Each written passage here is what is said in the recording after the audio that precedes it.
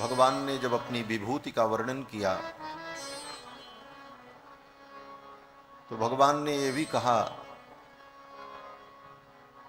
कि ऋतु नाम कुसुमाकरः,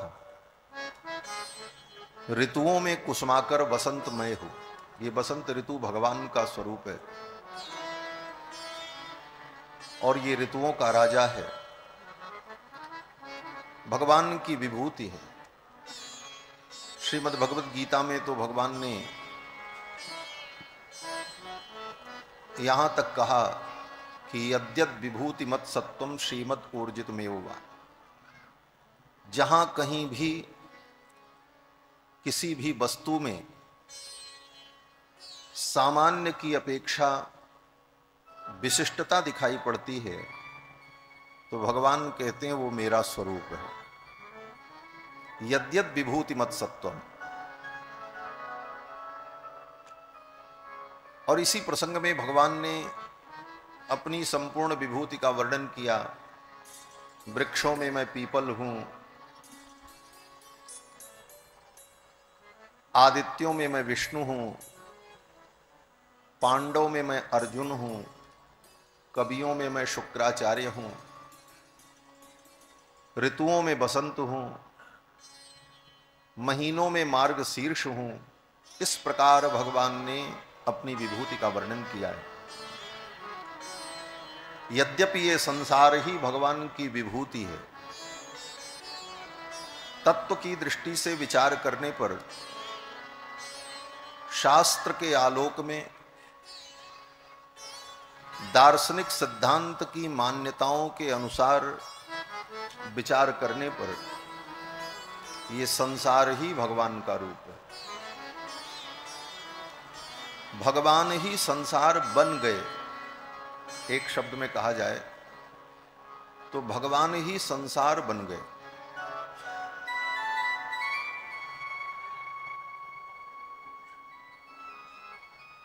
वह पूर्ण परमात्मा ही संसार के रूप में अभिव्यक्त हो गया।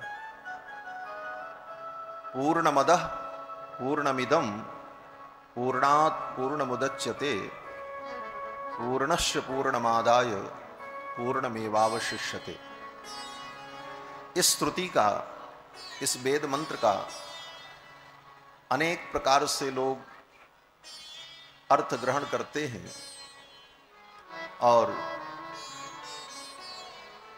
कई कई प्रकार से लोग इसका अपने अपने वक्तव्य में इससे पूर्णता प्राप्त करते हैं। परंतु मूल रूप से यह श्रुति, ये वेद मंत्र ये कहना चाहता है कि पूर्णमदः पूर्णमिदं, वो परमात्मा पूर्ण है और उस पूर्ण परमात्मा से इदम, ये सारा संसार अनंत अनंत सृष्टि जो प्रकट हुई ये भी पूर्ण है। पूर्णमदः पूर्णमिदं पूर्णात् पूर्णमुदच्यते। उस पूर्ण से यह पूर्ण निकला। उदच्यते पूर्णस्य पूर्णमादाय। उस पूर्ण से यह संसार पूर्ण निकला, इसके बाद भी वह अपूर्ण नहीं हुआ, अपितु वह पूर्ण ही बना रहा।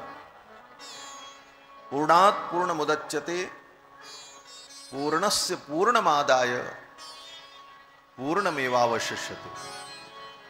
पूर्ण से पूर्ण को ले लेने पर भी पूर्ण ही बचा रहा। तो ये संसार परमात्मा की ही विभूति है। भगवान ही संसार के रूप में, जड़ और चेतन के रूप में अभिव्यक्त होते हैं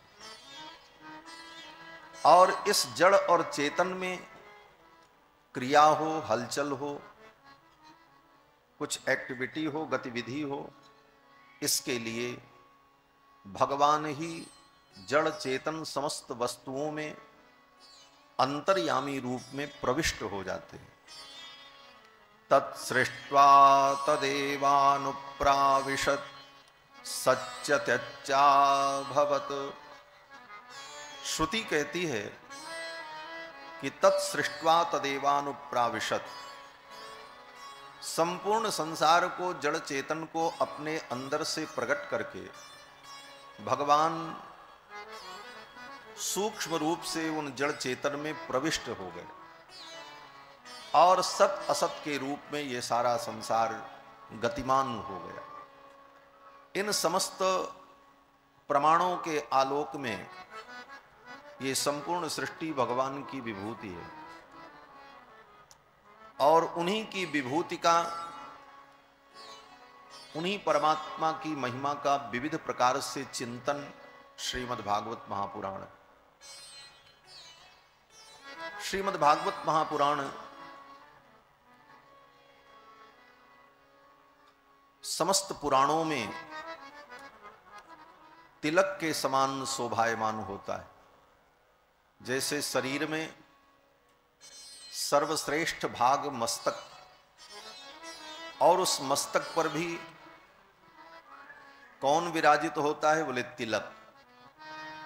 तिलक की सर्वोपरि शोभा होती है। श्री वेदव्यास जी कहते हैं कि श्रीमद्भागवतम पुराण तिलकम, ये पुराणों का तिलक है। श्रीमद्भागवतम पुराण तिलकम यद वैष्णवानां धनम, ये भगवान के भक्तों का धन है, भगवान के भक्तों की वास्तविक संपत्ति है। श्रीमद्भागवत महापुराण अपूर्व संपत्ति, जिस संपत्ति को पाकर के अकिंचन भी अपने को धन्य समझता है।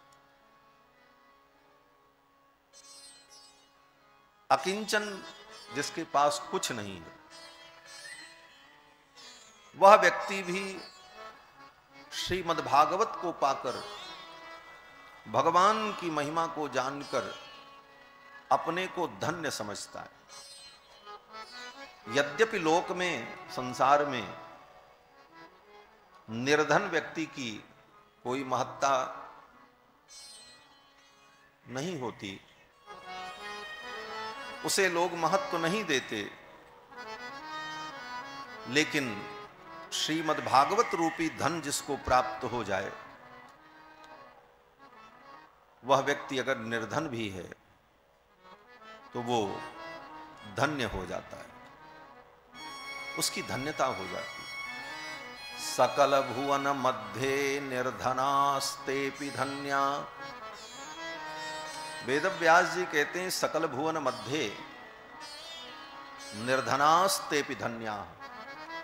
यद्यपि निर्धन व्यक्ति धन्य नहीं होता है, उसको लोग धन्यवाद नहीं देते हैं, न उसको धन्य मानते हैं, उसकी सर्वत्र उपेक्षा ही होती है, परंतु अगर उसे भागवत रूपी संपत्ति प्राप्त हो जाए तो सकल भुवन मध्य निर्धनास्तेपि धन्या निविशति हृदयेषां श्री हरेर भक्ति रेखा।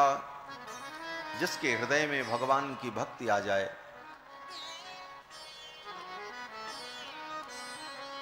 तो निर्धन भी धन्य है। क्यों? बोले भगवान की भक्ति अगर हृदय में आ गई तो फिर भगवान भी उसके हृदय में आ जाएंगे। हरिरपि निज लोकम सर्वथा तो विहाय प्रविशति हृदि तेषां भक्ति सूत्रोपनद्धः। भगवान हरि भक्ति के सूत्र में बंधकर उसके हृदय में आकर के विराजमान हो जाती है।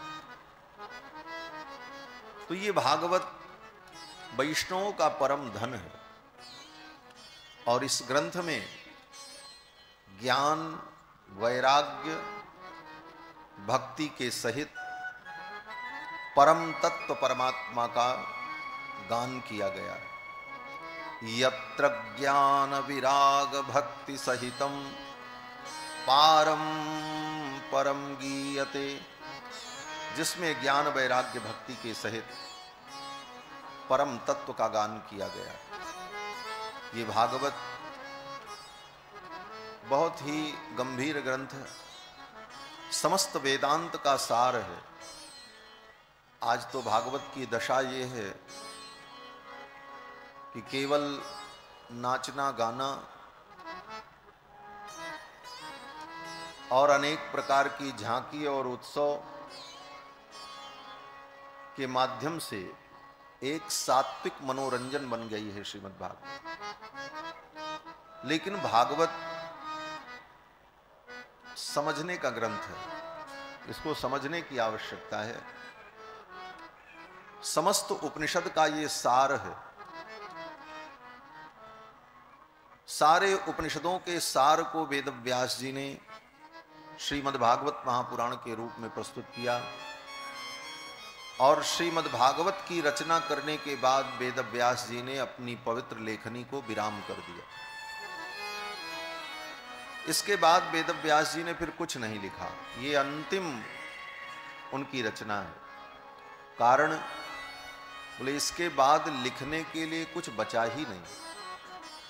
अंतिम ज्ञान विज्ञान श्रीमद् भागवत महापुराण में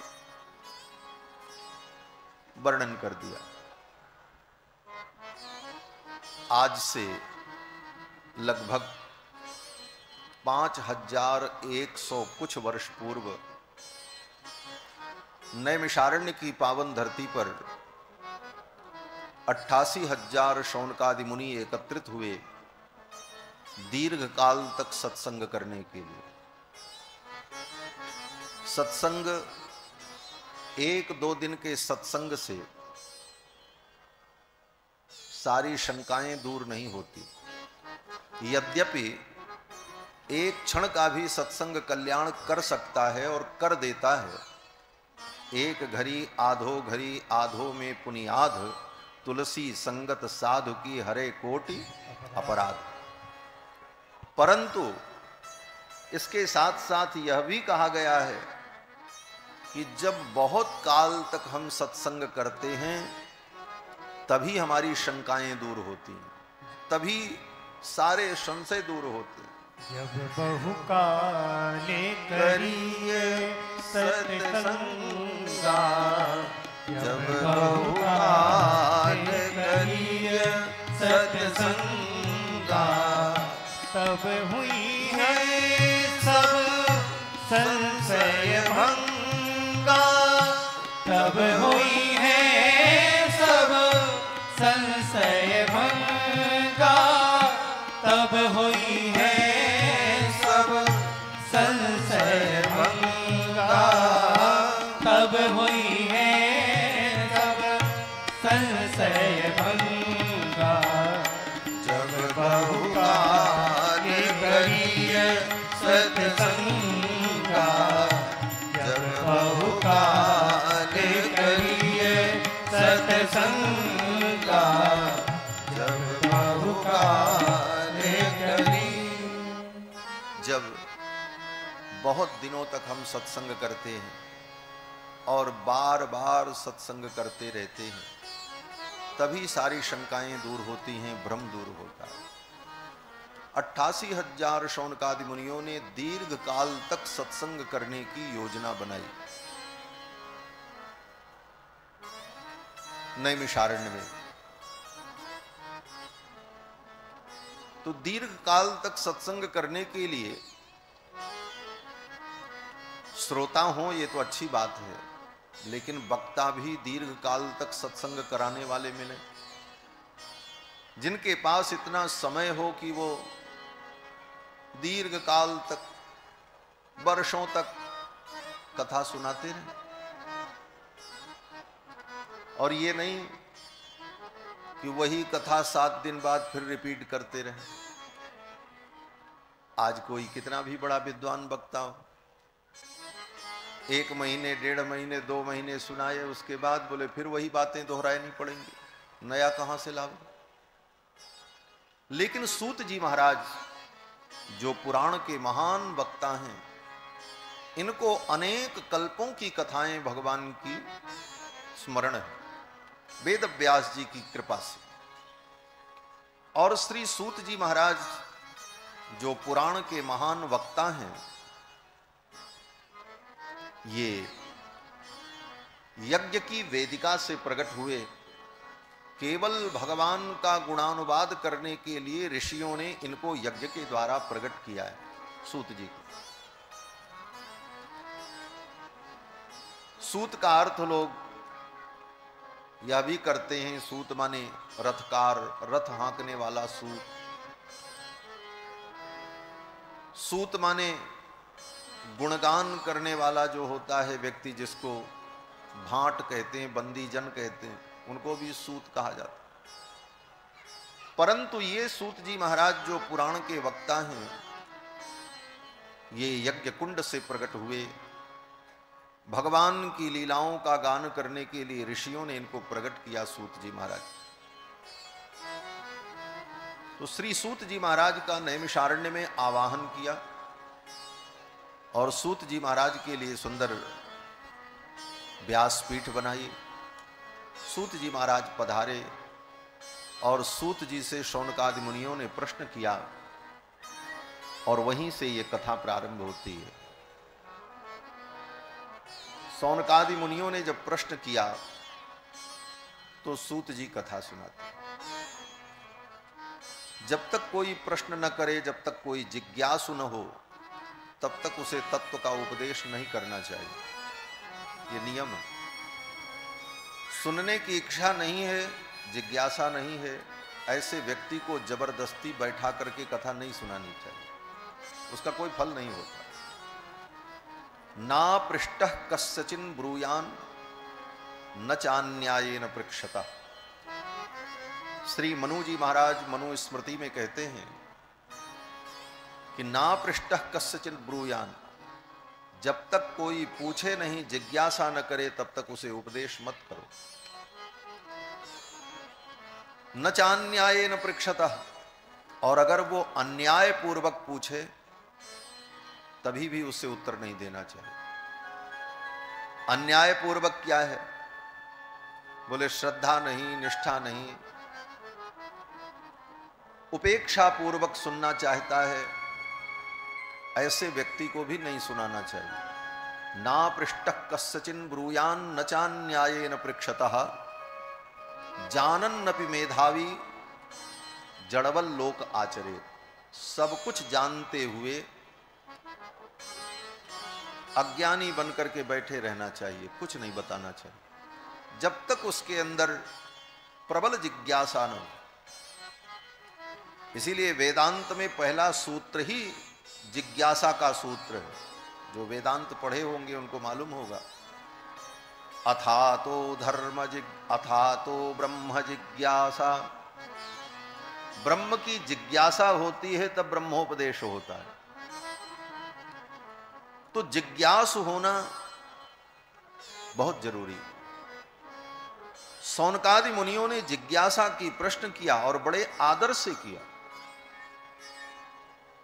उपेक्षा पूर्वक नहीं, अपमान पूर्वक नहीं, अहंकार पूर्वक नहीं, प्रदर्शन पूर्वक नहीं, अपितु श्रद्धा भाव से विश्वास पूर्वक प्रश्न किया। नैमिषे सूतमासीनम अभिवाद्य महामतिम कथामृत रसास्वाद कुशल सौनको ब्रवीत। नैमिषारण्य में सूत जी महाराज विराजमान हैं। सूत जी की विशेषता क्या है? कहते हैं महामतिम। सूत जी महामती हैं। महामती का मतलब जो बहुत बुद्धिमान हो उसको महामती कहते हैं? कहते नहीं।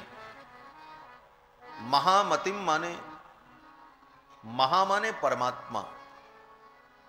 परमात्मा जिसकी मति में, बुद्धि में प्रतिष्ठित है, वो महामति। अभिवाद्य महामतिम, ऐसे महामति सूत जी से शौनक जी ने प्रश्न किया। शौनक जी की विशेषता क्या है? बोले कथामृत रसास्वाद कुशलः। भगवान के कथामृत का रसास्वादन करने में कुशल है। इस श्लोक में श्रोता और वक्ता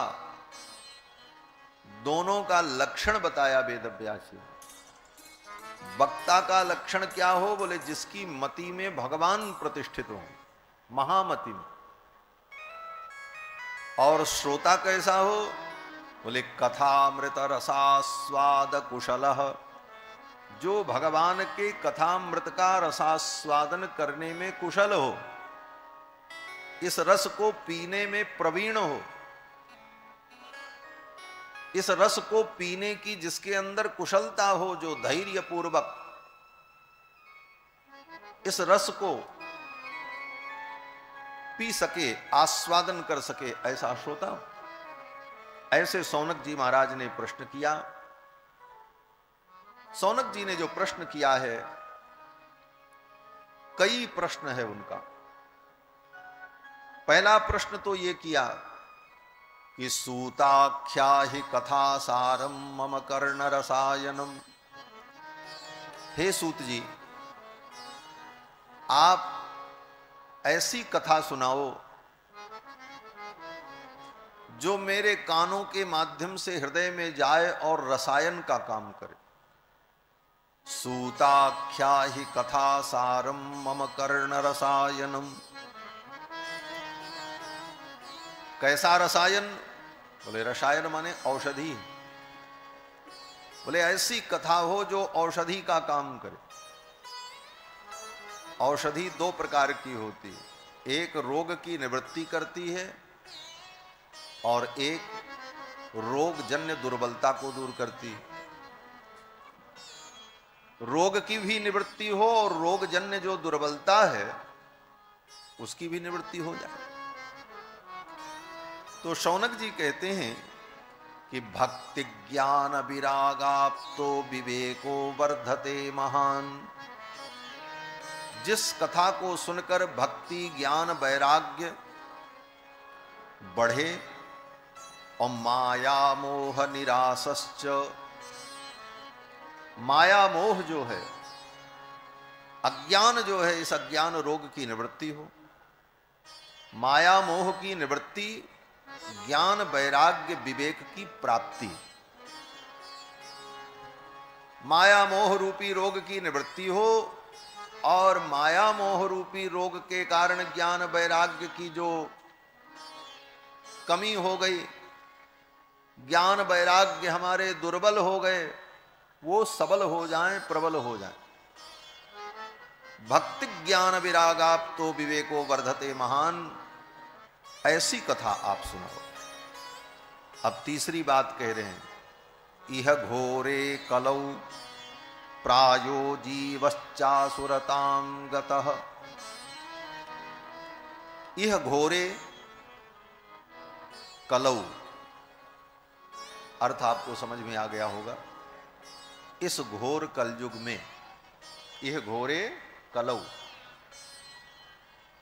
क्या स्थिति है इस घोर कलयुग की? सूत जी कहते हैं प्रायो जीवश्चासुरतां गतः। प्रायः मनुष्य आसुरी प्रकृति के हो गए हैं, तो मनुष्य, लेकिन मानव की प्रकृति उनके अंदर नहीं रही, असुरों की प्रवृत्ति आ गई। प्रायः जीवश्चासुरतां गतः, आसुर भाव को प्राप्त हो गए। जो विचार असुरों का है वो विचार मानव में व्याप्त हो गए। ये बड़ी समस्या है।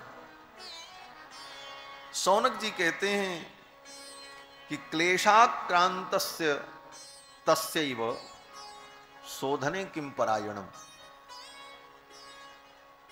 घोर कलयुग के कारण मनुष्यों में जो आसुरी भाव आया, इसका परिणाम ये हुआ कि ये मनुष्य अपने ही कारण स्वयं दुखी हुआ। अब इसका शोधन कैसे हो? क्लेशाक्रांतस्य तस्यैव शोधने किम परायणम। आसुरी भाव आया, उसके कारण हमारी प्रवृत्तियां, उन बिगड़ी हुई प्रवृत्तियों के कारण हमें दुख प्राप्त हो रहा है। अब इसकी शुद्धि कैसे हो, इसको ठीक कैसे किया जाए, ये प्रश्न किया। और फिर कहते हैं श्रेयसाम यद भवेत् श्रेय पावनानां च पावनम।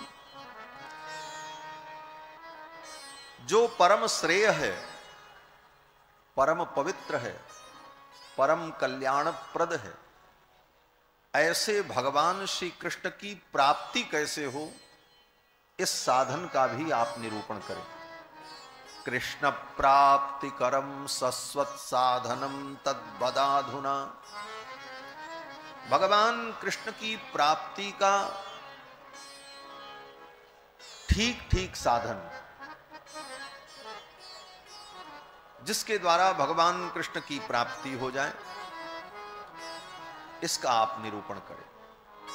इतने प्रश्न सौनक जी ने सूत जी से किए। सच पूछो तो कथा सुनने वाले श्रोता का यही प्रश्न होना चाहिए, यही उद्देश्य होना चाहिए।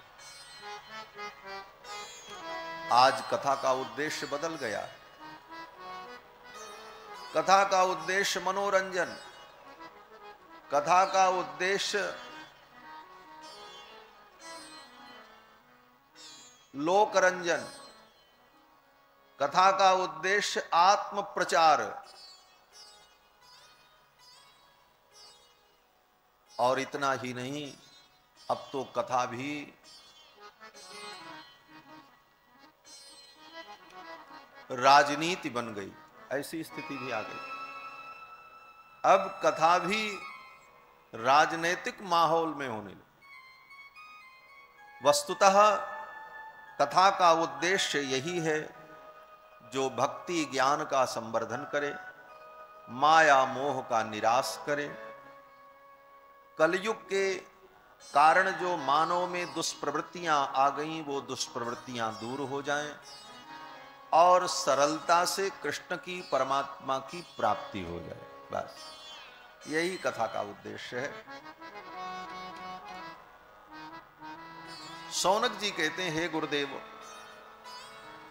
आप समर्थ हैं कथा सुनाने में। एक श्लोक में सौनक जी ने सूत जी की प्रशंसा की। गुरु की प्रशंसा करनी चाहिए।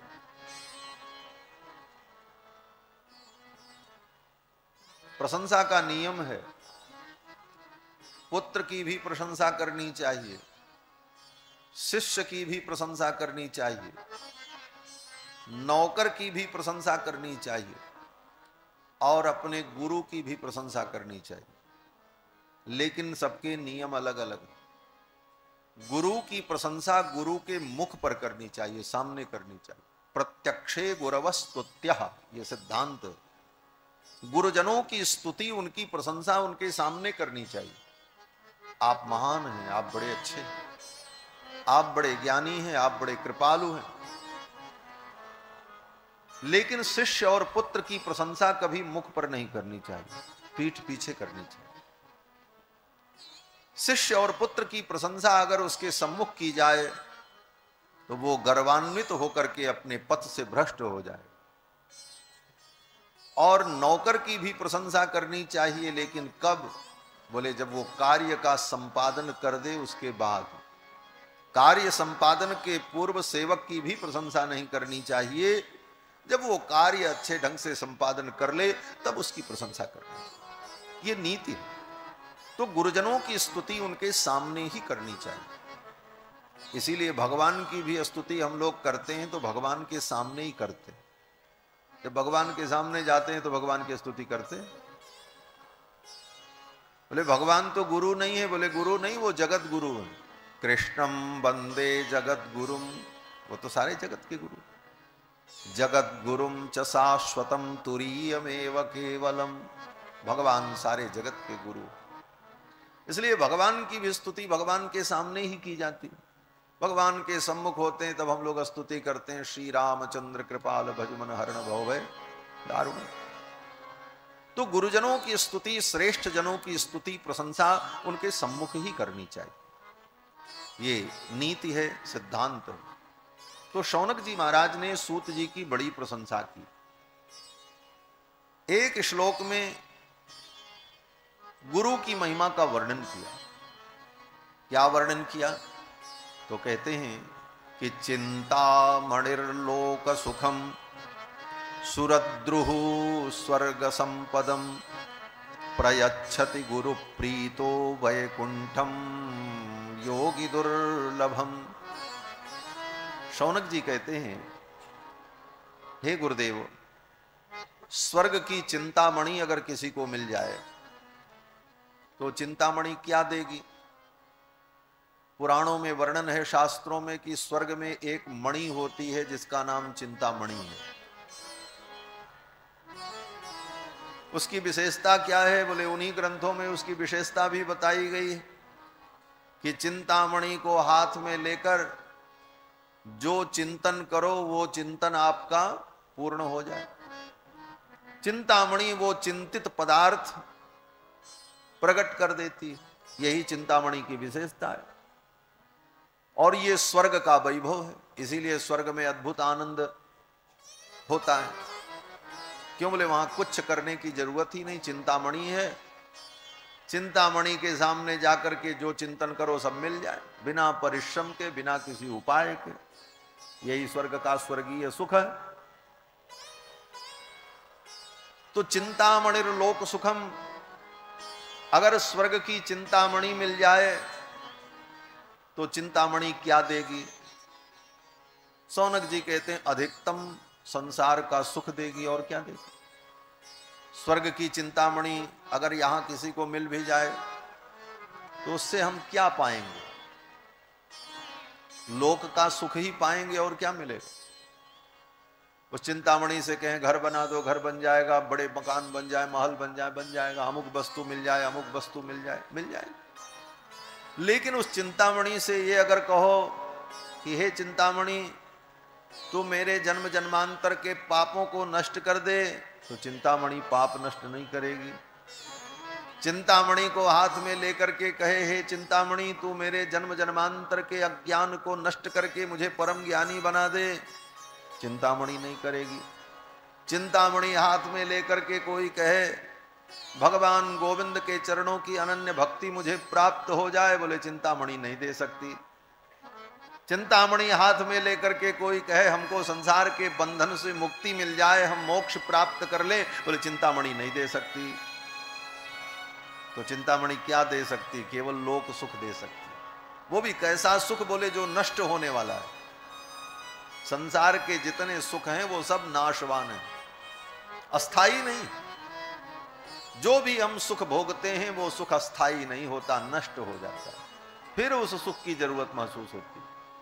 बढ़िया से बढ़िया भोजन कर लो, पेट तो भर जाएगा, लेकिन कितना देर भरेगा? जिंदगी भर तो नहीं भरेगा। 4 घंटे बाद फिर खाने का मन करेगा। मिला तो सुख, लेकिन वो सुख अस्थाई नहीं था। संसार का कोई भी भोग आप भोग लो, थोड़ी देर सुख मिलेगा, उसके बाद वो खत्म हो जाएगा, फिर उसकी आवश्यकता। तो संसार का ये सुख जो है नाशवान है, और ये नाशवान सुख ही चिंतामणि दे सकती है। चिंतामणिर्लोक सुखम सुरद्रुः स्वर्ग संपदम। स्वर्ग का कल्प वृक्ष, स्वर्ग में एक वृक्ष होता कल्प वृक्ष, पारिजात वृक्ष, उसका भी यही काम है। उस वृक्ष के सामने जो कल्पना करो वो कल्पना साकार हो जाए। तो वो स्वर्ग का कल्प वृक्ष भी क्या देगा? वो भी लौकिक सुख ही दे सकता है। स्वर्ग संपदम, स्वर्ग की संपदा दे देगा। लेकिन अगर गुरु प्रसन्न हो जाएं, शौनक जी कहते हैं कि प्रयच्छति गुरु प्रीतो वैकुंठम योगी दुर्लभम। अगर गुरु प्रसन्न हो जाएं तो वो क्या दे सकते हैं? बोले वो तो वैकुंठ भी दे सकते हैं। वैकुंठम, कौन सा वैकुंठ? बोले योगी दुर्लभम, जो बड़े बड़े योगियों को भी दुर्लभ है वो वैकुंठ प्राप्त करा दे। यहां तो शिक्षा से जुड़े सभी लोग बैठे हैं, शब्दों का अर्थ बड़ा अद्भुत होता है, और कहां पर किस प्रकार से अर्थ की अनुभूति होती है, अभिधा के द्वारा, लक्षणा के द्वारा, व्यंजना के द्वारा, तात्पर्यावृत्ति के द्वारा, अब यहां पर जो एक शब्द प्रयोग किया वेद व्यास जी ने, प्रयच्छति, प्रयच्छति प्रकृष्ट रूपेण यच्छति ददाति, जैसे कोई वस्तु किसी को उठा करके दे दी जाए, एक हाथ से दूसरे हाथ में आ जाए, सामने वाला व्यक्ति हमारे हाथ में रख दे, इसको कहते हैं प्रयच्छति। तो कहते हैं प्रयच्छति गुरु प्रीतो वैकुंठम योगी दुर्लभम, योगियों को जो दुर्लभ वैकुंठ है वो वैकुंठ मानो गुरु उसके हाथ में रख देते हैं, उसको हस्तामलक करा देते हैं। यह गुरु का वैशिष्ट है। इसीलिए हमारे यहां भगवान से भी बढ़ करके गुरु की महिमा का वर्णन किया गया। गुरुर्ब्रह्मा गुरुर्विष्णु गुरुर्देवो महेश्वर। बोले जब गुरु ब्रह्मा हैं, गुरु विष्णु हैं, गुरु महेश्वर हैं, तो यही तो तीनों ब्रह्म हैं, तो फिर आगे कहने की जरूरत क्यों पड़ी गुरु साक्षात परम ब्रह्म? ये कहने की क्या जरूरत पड़ी? प्रश्न है कि जब गुरुर्ब्रह्मा गुरुर्विष्णु गुरुर्देवो महेश्वरा, इन तीन देवों से बड़ा कोई नहीं है, परब्रह्म तीन रूपों में सत्व रज तम तीन प्रकृति का आश्रय लेकर के परमात्मा ही तीन रूपों में भाषित होता है, ब्रह्मा विष्णु महेश के रूप में, तो फिर इनसे परे गुरु साक्षात परम ब्रह्म। तो कहते देखो भगवान ब्रह्मा सृष्टि करते हैं, कितनी भी सृष्टि ब्रह्मा जी करें, लेकिन उनकी बनाई हुई सृष्टि एक दिन नष्ट हो जाती, प्रलय हो जाती, सब नष्ट हो जाती। ब्रह्मा की बनाई सृष्टि भी अस्थाई नहीं रहती। गुरुर्विष्णु, गुरु विष्णु के स्वरूप हैं। विष्णु भगवान क्या करते हैं? बोले पालन करते हैं। बोले भक्त हैं, सारे जगत के पालक हैं, फिर भी कितने लोग दुनिया में भूखों मरते हैं और भोजन के बिना तड़प के मर जाते हैं। पालन तो भगवान विष्णु कर ही रहे हैं, क्या कहोगे? भगवान विष्णु का पालन भी पूर्ण सफल नहीं दिखता। इस अंश में विचार करने पर कितने लोग भूखों मर रहे हैं।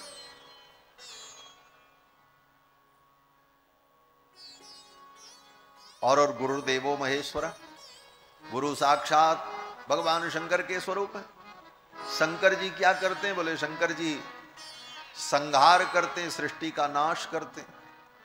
तो शंकर जी संहार करते हैं, लेकिन उनका संहार भी अस्थाई नहीं रहता, फिर सृष्टि होती है। ब्रह्मा की सृष्टि होती है, वो अस्थाई नहीं, भगवान शंकर का संहार अस्थाई नहीं। तीनों विशेषताएं विलक्षण रूप में दिखाई पड़ती। क्यों? बोले गुरु शिष्य के हृदय में ज्ञान की सृष्टि करते हैं। जैसे ब्रह्मा सृष्टि करते हैं, उसी तरह गुरु शिष्य के हृदय में ज्ञान की सृष्टि करते हैं। और ज्ञान की वो ज्ञान फिर कभी नष्ट नहीं होता। इसलिए और भगवान विष्णु पालन करते हैं। गुरुर्ब्रह्मा गुरुर्विष्णु, गुरु विष्णु के स्वरूप है। गुरु जो ज्ञान देते हैं, उस ज्ञान का संरक्षण भी गुरु के द्वारा ही होता है, और वह संरक्षण ऐसा होता है कि वो ज्ञान नष्ट नहीं होता। इसलिए वो विष्णु के स्वरूप है। और गुरुर्देवो महेश्वर, भगवान शंकर नाश करते हैं, संहार के देवता। गुरु अपने शिष्य के अज्ञान का नाश करते हैं, इसलिए शंकर के स्वरूप है। तो ब्रह्मा विष्णु महेश, इन तीनों का जो काम अलग अलग है, सूत जी वर्णन करने लगे। सूत जी कहते हैं, हे शौनक, मैं तुमको कथा सुनाऊंगा। प्रीति ही शौनक चित्ते ते ह्यतो बच्मि विचार्य च। हे शौनक, मैं तुमको कथा सुनाऊंगा। इसलिए कथा सुनाऊंगा कि तुम्हारे हृदय में भगवान के प्रति प्रीति है। इसलिए कथा सुनाऊंगा कि तुम बड़े प्रसिद्ध व्यक्ति हो, तो तुम्हें कथा सुनाने से मुझे भी प्रसिद्धि मिल जाएगी? नहीं। इसलिए कथा सुनाऊंगा कि तुम मुझे बहुत भौतिक संपदा दे दोगे, कहते नहीं, इसलिए कथा सुनाओ हो, यही सबसे बड़ा है। प्रीति ही शौनक चित्ते थे, हे शौनक तुम्हारे हृदय में प्रीति है भगवान के प्रति। यतो बच्मी, इसीलिए मैं सुनाऊंगा और विचार करके सुनाऊंगा। यतो बच्मी विचार्य च सर्व सिद्धांत निष्पन्नम संसार भयनाशनम।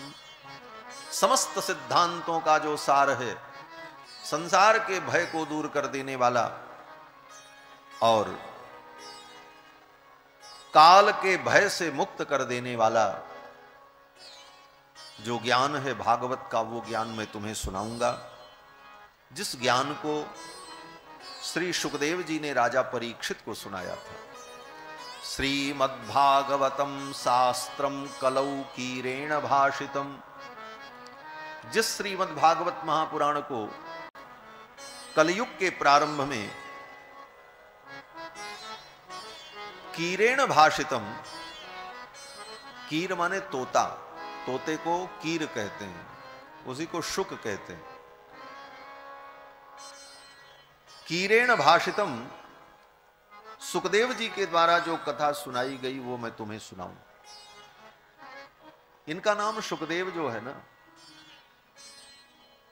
तोता, कीर, क्यों? बोले इस शब्द में भी भाव है।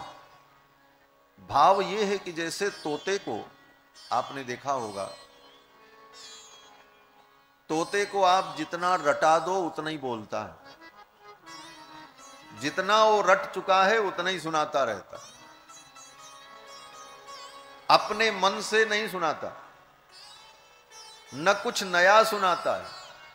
जितना उसे बताया गया है उतना ही वो सुनाता है, वही रट करके कहता है। तोता, तोते की ये विशेषता। तो कलौ कीरेण भाषितम कहने का तात्पर्य है सूत जी का कि सुखदेव जी को उनके पिता वेद व्यास जी ने जितना सुनाया उतना ही उन्होंने राजा परीक्षित को सुनाया, अपने तरफ से कुछ नहीं मिलाया। आजकल मिलाने का बड़ा प्रचलन चला हुआ है। कथा सुनाते सुनाते बीच में ही लोग बताने लगते हैं ये जो व्याख्यान है ना, ये मेरा मौलिक चिंतन है, ये मेरा मौलिक चिंतन है, ये मेरे मौलिक विचार हैं। ये भाव मेरा मौलिक है। बंधुओं, धर्मशास्त्र में, भागवतादि ग्रंथों में मौलिक विचार का कोई मूल्य होता ही नहीं है। इस बात को जान लेना चाहिए। अपना मौलिक विचार अपने पास आप रखो। हमारे यहां तो पारंपरिक विचार का समादर हुआ है। अनादिकाल से जो परंपरा चली आई उस ज्ञान के संवर्धन की, एक आचार्य ने दूसरे को दिया, दूसरे ने तीसरे को दिया, इस परंपरा से जो ज्ञान चला आया उसी ज्ञान का हम समादर करते हैं, किसी मौलिक ज्ञान का समादर नहीं। आज कोई कहे हमारा मौलिक चिंतन है, बोले मौलिक चिंतन 2 कौड़ी का होता है, अपना मौलिक चिंतन अपने पास रखो। हम सांप्रदायिक चिंतन, पारंपरिक चिंतन करते। कई जगह मीमांसा शास्त्र में ऐसे विचार आते हैं कि कुछ नया अर्थ लोग करते हैं, प्रकट करते हैं, तो वहां पर आचार्यों ने कहा कि ये अर्थ ठीक तो है परंतु असांप्रदायिकम, ये सांप्रदायिक अर्थ नहीं है, पारंपरिक अर्थ नहीं है, इसलिए इसे स्वीकार नहीं किया जा सकता। तो भागवत में, रामायण में, गीता में, वेद वेदांत में जो पारंपरिक अर्थ है, मौलिक अर्थ है, अनादिकाल से चला आया है, उसी को हम स्वीकार करते हैं। किसी के व्यक्तिगत मौलिक चिंतन का कोई महत्व नहीं होता। तो सुखदेव जी ने भी कोई अपना मौलिक चिंतन नहीं रखा, अपितु जो वेद व्यास जी ने उनको सुनाया वही सुखदेव जी महाराज ने राजा परीक्षित को सुनाया। सूत जी भी यही कहना चाहते हैं कि हे मुनियों, जब राजा परीक्षित को सुखदेव जी कथा सुना रहे थे तो मैं भी वहीं बैठ करके सुन रहा था। मैंने भी वहीं बैठ करके इस कथा को सुनी। कभी कभी कोई बात मुझे जब समझ में नहीं आती थी, सूत जी कहते हैं, कोई बात जब मुझे ठीक से समझ में नहीं आती थी तो मेरे चेहरे को देखकर सुखदेव भगवान समझ जाते थे ये बात इनको स्पष्ट नहीं हुई, तो उस बात को पुनः स्पष्ट करके सुनाते। मानो राजा परीक्षित को तो सुखदेव जी कथा सुना रहे थे, लेकिन सूत जी को पढ़ा रहे थे। क्यों? बोले राजा परीक्षित को सुन करके मोक्ष प्राप्त कर लेना है, लेकिन सूत जी को सुनने के बाद 88,000 महर्षियों को सुनाना है, पढ़ाना है, बताना है। इसलिए सूत जी महाराज कहते हैं कि जब गुरुदेव कथा सुनाते थे, कोई बात समझ में नहीं आती थी तो पुनः उसे स्पष्ट करते थे, और मैंने जैसा सुना वो मैं तुमको सुना रहा हूं। ये कह करके सूत जी महाराज शौनकादि मुनियों को कथा सुनाते, कहते हैं देखो ये भागवत की कथा मन को पवित्र करने वाली है। एतस्माद् अपरम किंचिन मनः शुद्ध्यै न विद्यते। श्रीमद् भागवत महापुराण की ये जो कथा है, इस कथा के अतिरिक्त मन को पवित्र करने वाला दूसरा कोई साधन नहीं। तन को पवित्र करने के बहुत साधन हैं। गंगा स्नान कर लो, जमुना स्नान कर लो, पंचगव्य से स्नान कर लो। इसके बाद भी तन की शुद्धि में अगर संदेह हो तो पंचगव्य पी लो, भीतर से भी पवित्र हो जाओ। यत्त्वगस्थिगतं पापम देहे तिष्ठति मामके प्रासनात् पंचगव्यस्य दहत्यग्निरिवेन्धनम्। पंचगव्य के पान से हड्डी के अंदर के पाप भी नष्ट हो जाए, शरीर तो शुद्ध हो गया। लेकिन मन शुद्ध कैसे हो? मन की शुद्धि का क्या उपाय? क्यों? बोले मन की शुद्धि बहुत जरूरी है, क्योंकि मन अगर शुद्ध नहीं हुआ तो सारे विकार पुनः प्रकट हो जाएंगे। कितनी भी आप शुद्धि कर लो, पाप का प्रायश्चित्त कर लो, लेकिन मन अगर शुद्ध नहीं हुआ तो वो पाप फिर तुम्हारे द्वारा होगा।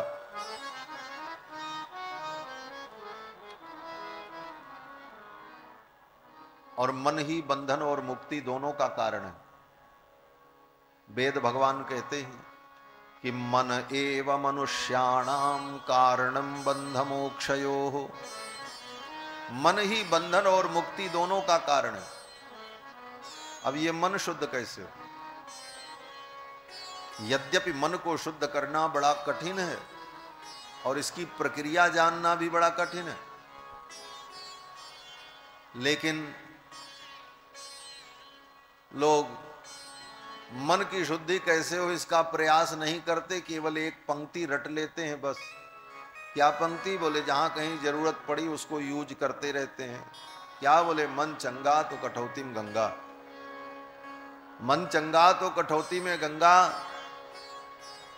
ये कह करके सारे आचार विचार व्यवहार का अपलाप करते रहते। मन चंगा तो कठौती में गंगा, ये करने से क्या होता? मन चंगा होना चाहिए। कहना तो बड़ा सरल है, लेकिन मन चंगा कैसे हो? मन तो दिनों दिन और नंगा होता जा रहा है, चंगा कहां हो रहा? तो मन को चंगा करने का उपाय क्या है, इस पर विचार करना चाहिए। मन चंगा हो तो कठौती में गंगा है, ये तो बात पक्की है, इसमें कोई दो राय नहीं। लेकिन मन चंगा कैसे हो, पहले ये तो पक्का हो। किस उपाय के द्वारा मन को चंगा करें? मन को किस गंगा में स्नान कराएं कि ये चंगा हो जाए? बोले तन को तो गंगा में स्नान कराओ, लेकिन मन को भगवान की कथा गंगा में स्नान कराओ। ये मन जब कथा गंगा में स्नान करता है तब ये मन पवित्र होता है। ये भगवान की कथा गंगा है, और इस गंगा में अपने मन को डुबकी लगाना है। मन कथा गंगा में जब डुबकी लगाता है तो मन पवित्र हो जाता है। सूत जी कहते हैं एतस्माद् अपरम किंचिन मनः शुद्धे न विद्यते। भगवान की कथा के अतिरिक्त मन को पवित्र करने वाला दूसरा कोई साधन नहीं, कोई साधन नहीं। एकमात्र साधन मन को पवित्र करने वाला भगवान की कथा है। और जिसने दत्त चित्त से प्रेम पूर्वक श्रद्धा पूर्वक भगवान की कथा को श्रवण नहीं किया, उसका मन चंगा हो ही नहीं सकता। मन को चंगा करने का उपाय भगवान की कथा, भगवान की कथा में हम अपने मन को डुबकी लगवा। प्रश्न हुआ ये कथा मिलेगी कैसे? तो सूत जी कहते हैं कि जन्मांतरे भवेत पुण्यम तदा भागवतम लभेत। जन्मांतर का पुण्य होगा तभी भागवत की कथा, भगवान की कथा सुनने को मिलेगी। एक उदाहरण, जब महाराज सुखदेव राजा परीक्षित को कथा सुनाने जा रहे थे, ज्यों ही मंगलाचरण किया उसी समय स्वर्ग से देवता लोग आए। सुधा कुंभम गृहीत्वैव देवाः तत्र समागमन। स्वर्ग से देवता लोग अमृत कलश लेकर के आए। सुधा कुंभम गृहीत्वैव, अमृत कलश लेकर के जब देवता लोग आए, आकर के सुखदा, हे मुनिवर, आप राजा परीक्षित को कथा सुनाने जा रहे हैं, तो ये कथा सुधा है, ऐसा करें अदला बदली कर लेते हैं। हमारे स्वर्ग में सुधा तो है लेकिन कथा सुधा नहीं है, और मृत्युलोक में कथा सुधा है लेकिन स्वर्ग की सुधा नहीं है। परीक्षित को दे दो। और जो आप महाराज परीक्षित को कृष्ण कथा सुधा, श्रीमद् भागवत कथा सुधा, आप इनको जो पिलाने जा रहे हो, ये कथा हमें पिला दो। देवताओं ने ये प्रस्ताव कि एवं विनिम प्रपास्यामो वयम सर्वे श्रीमद्भागवतामृतम। इस भागवतामृत को हम देवता लोग पी लें, ये कथा आप हमको पिला दीजिए। बात बड़ी अच्छी थी। जिन्होंने स्वर्ग के अमृत का वर्णन नहीं किया, महाराज परीक्षित ने कहा, कहां ये स्वर्ग का अमृत और कहां भगवान की ये कथा, ये कोई तुलना है? क्वा कथा क्वा सुधा लोके क्वा कांचः क्वा मणिर्महान। ये व्यापार मुझे समझ में नहीं आता। आप ले जाओ अपना अमृत, मुझे भागवतामृत का पान करना है, मुझे स्वर्ग का अमृत नहीं चाहिए। सामने मृत्यु खड़ी है, 7वें दिन तक्षक नाग काटेगा, ब्राह्मण का शाप है। लेकिन महाराज परीक्षित ने अमृत का वर्णन नहीं किया, कथा अमृत का वर्णन किया। सुखदेव जी प्रसन्न हो गए, देवताओं को विदा कर दिया, बोले जाओ अपना अमृत ले जाओ, हमें नहीं चाहिए। सुखदेव जी प्रसन्न हो गए। अभक्तास्ताश्च विज्ञाय न ददौ स कथामृतम। सुखदेव जी जान गए देवता भक्त नहीं है। श्रीमन्नारायण नारायण नारायण, श्रीमन्नारायण नारायण नारायण, श्रीमन्नारायण नारायण नारायण, श्रीमन्नारायण नारायण नारायण, श्रीमन्नारायण नारायण नारायण, श्रीमन्नारायण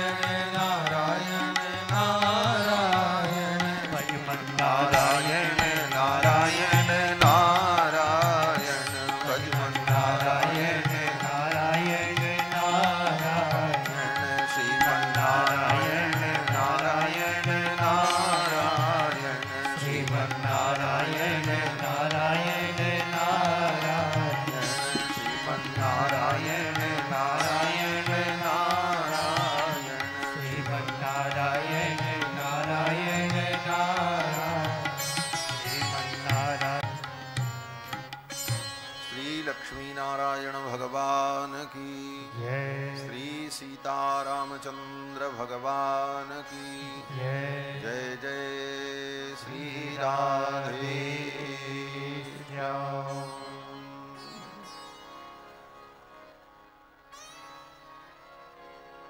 श्री सुखदेव भगवान ने विचार किया कि ये देवता भक्त नहीं है, इनमें अभक्तांस्तांश्च विज्ञाय न ददौ सौ कथामृतम। सुखदेव जी ने उनको कथा नहीं सुनाई, राजा परीक्षित को सुनाया।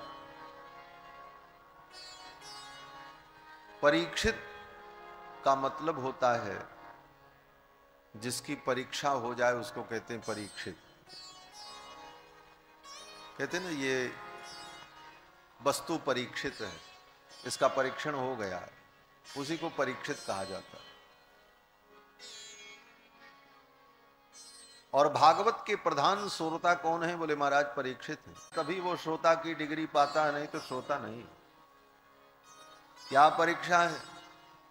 बोले एक तरफ मृत्यु खड़ी हो, एक तरफ मृत्यु से बचने का विकल्प अमृत उपस्थित हो, और एक तरफ भगवान की कथा हो, लेकिन मृत्यु की भी चिंता न करके स्वर्ग के अमृत को भी जो तिरस्कृत कर दे और भगवान की कथा का वर्ण कर ले, वही कथा का वास्तविक श्रोता होता है, वो महाराज परीक्षित।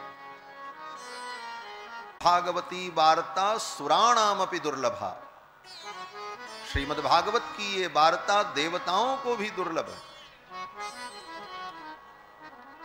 ये देखकर सत्यलोके तुलाम बद्ध्वा तोलयत साधनान्यजः।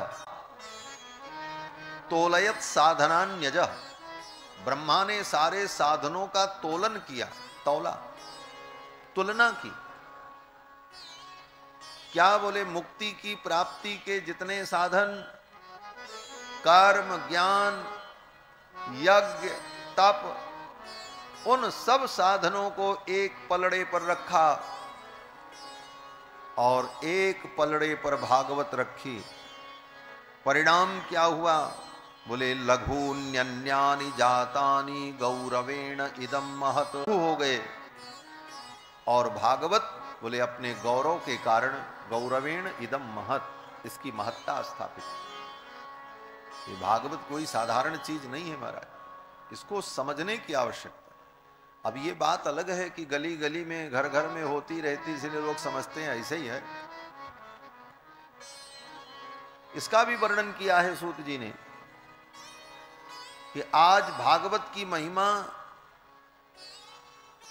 घट गई, लोग इसकी महिमा को नहीं समझ पा रहे हैं। इसका कारण एक यह भी है। क्या कारण? बोले घर घर में भागवत कथा होने लगी, इसलिए। ये लिखा है वेद व्यास। दिव्या भागवती वार्ता गेहे गेहे जने जने कारिता कण लोभेन कथा सारस ततो गतः, वेद व्यास जी के। इसीलिए और जितनी निष्ठा से इसे करना चाहिए उतनी निष्ठा से नहीं, जैसे तैसे कर लेना, गली गली होने लगे। परिणाम क्या हुआ? बोले परिणाम यही हुआ कि भागवत का सार घट गया। कथा सारस ततो गतः, कथा का सार चला गया।